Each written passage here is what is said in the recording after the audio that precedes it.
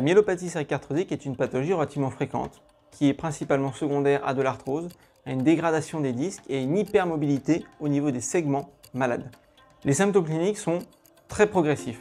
Ils sont insidieux parce que ça va être des symptômes qui sont discrets, comme des troubles sensitifs dans les mains ou dans les pieds, des difficultés à boutonner sa chemise ou à manger, parce que c'est les gestes fins qui sont atteints en premier.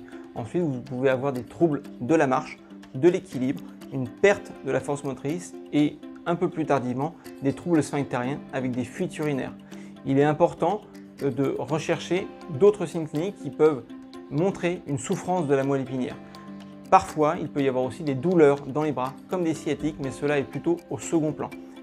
Il existe un score, le JOA score, qui permet en fait d'évaluer votre pathologie avec un score dédié pour donner une évolution de votre maladie.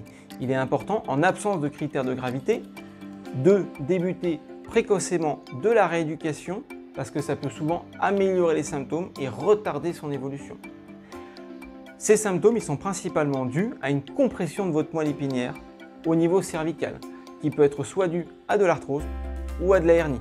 Et en fait, ce canal cervical qui normalement est suffisamment large pour laisser passer la moelle épinière devient de plus en plus étroit et donne ces symptômes cliniques diffus aux 4 membres. Il y a des différents signes cliniques qui seront recherchés par votre chirurgien à la consultation, qu'on appelle le Hoffman et le Babinski, qui permettent de rechercher des souffrances discrètes de la moelle épinière qu'on ne verrait pas à l'examen clinique standard. Le principal risque de pathologie, c'est la chute. Pourquoi? Parce que votre moelle épinière n'est plus protégée par ce qu'on appelle le liseré de sécurité, c'est-à-dire le liquide qui entoure la moelle épinière. Et quand vous allez tomber avec une myélopathie cérébrale-arthrosique, la moelle épinière va pouvoir se blesser, c'est-à-dire avoir un bleu. Et ça va provoquer une tétraparésie, c'est-à-dire des troubles moteurs des 4 membres d'apparition brutale. Et ça, malheureusement, la récupération neurologique dans ces conditions-là est souvent plus mauvaise.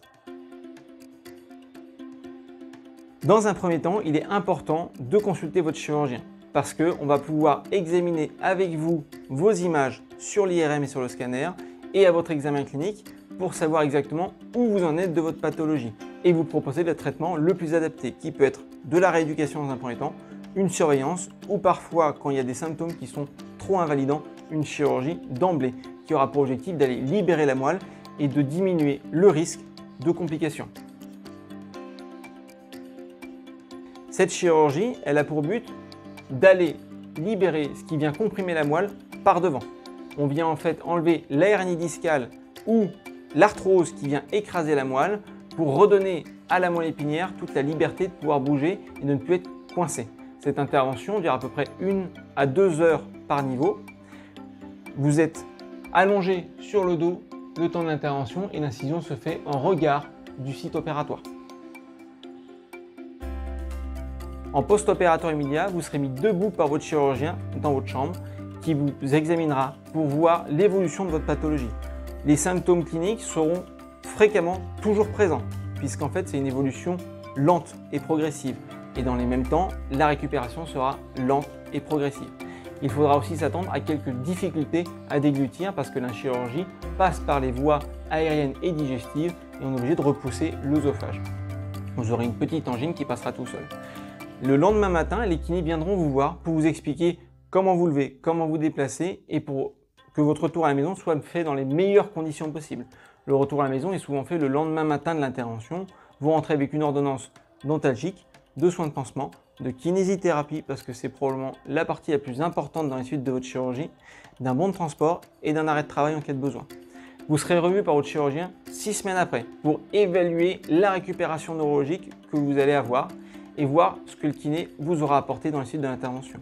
La kinésithérapie va devenir très importante à partir de ce moment-là parce que la chirurgie va libérer la moelle, mais la kiné va vous permettre de récupérer les déficits moteurs et les troubles sensitifs que vous allez pouvoir présenter avant l'intervention. Il est aussi important de noter que la récupération peut être incomplète si l'évolution a été très lente. En rééducation, en kinésithérapie, la première phase va être une phase de remobilisation douce. En effet, vous allez devoir mobiliser votre colonne cervicale dans toutes les directions, en flexion, en extension, en inclinaison, c'est-à-dire sur les côtés, et en dernier lieu, en rotation. Ces reprises de mobilité seront évidemment progressives et non douloureuses. En parallèle du suivi avec le kinésithérapeute, des exercices simples à faire chez vous vont vous être présentés. Une application a été créée spécialement pour cela, elle s'appelle Wizio. Chaque exercice est présenté en vidéo et vous pratiquerez vos exercices en direct grâce à l'application.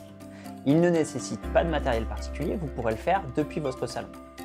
Rassurez-vous, quelques jours après l'opération, la douleur va progressivement diminuer, vous vous sentirez plus à l'aise dans vos mouvements. Vous pourrez ainsi passer à une phase de réathlétisation, de renforcement musculaire.